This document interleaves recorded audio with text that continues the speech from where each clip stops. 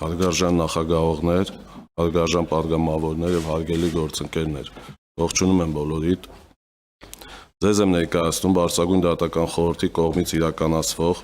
դատական իշխանության գործունեության ապահովում եւ իրականացում ծրագրի 2024 թվականի բյուջեի նախագիծը։ Ծրագրի նպատակն է դատական իշխանության անկախության երաշխավորումը, բնականոն գործունեության եւ դատական պաշտպանության իրավունքի ապահովումը։ Ծրագրի շրջանակներում նախատեսվում է իրականացնել 25 միջոցառումներ, ուղղված Բարձրագույն դատական խորհրդի բնականոն գործունեության ապահովմանը, Բարձրագույն դատական խորհրդի կողմից դատական իշխանության անկախության երաշխավորման ուղղված միջոցառումների իրականացմանը, դատարանների կողմից դատական պաշտպանության իրավունքի ապահովմանը, Բարձրագույն դատական խորհրդի տեխնիկական հագեցվածության բարելավմանը, տրանսպորտային միջոցներով ապահովվածությանը եւ դատարանների շենքային պայմանների ապահովմանը։ Բարձրագույն դատական խորհրդի եւ դատարանների 2024 թվականի պետական բյուջեի նախագիծ ըստ բյուջետային ծախսերի գերատեսչական դասակարգման կազմում է շուրջ 18.9 միլիարդ դրամ։ Հարկ եմ համարում նշել, որ 2024 թվականի բյուջետային հայտով մեր կողմից ներկայացվել է շուրջ 23.3 միլիարդ դրամի ֆինանսավորման հայտ, սակայն նախագիծը հայտից պակաս է շուրջ 4.4 միլիարդ դրամով կամ 18.9%-ով, որից հայտով նախատեսվում էր դատավորների թվաքանակի ավելացում,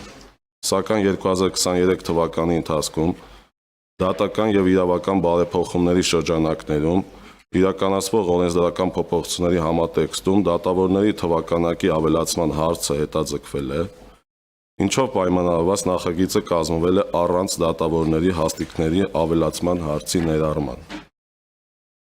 Նախագծով նախատեսվել է նաև առաջին ատյանի ընդհանուր իրավասության մասնագիտացված դատարանների դատավորների աշխատավարձի բարձրացում 60% հավելման տեսքով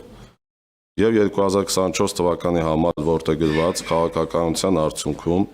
պարգևատրումներ, դրամական խրախուսումներ եւ հատուկ վճարներ հոդվածով Բարձրագույն դատական խորհրդի անդամների,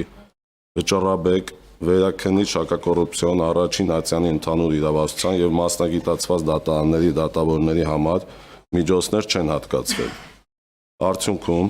աշխատանքի վարձատրության ուղղվող գումարներն ընդհանուր առմամբ նվազել են շուրջ 1.2 միլիարդ դրամով կամ 7.4%-ով։ Այստեղ ուզում եմ նշեմ, որպեսզի թուրըմբռնում չլինի, 1.2 միլիարդ դրամով աշխատանքի վարձատրության ուղղված գումարները իջել են, ոչ թե աշխատավարձներն են իջել դատավորների, այլ պլանավորվել էր, որ հաստիկներ ավելացնենք, սակայն այդ հաստիկները չավելացների արդյունքում 1.2 միլիարդ դրամով պակասել է, բայց իրականում դատավորների աշխատավարձները բարձրացել են։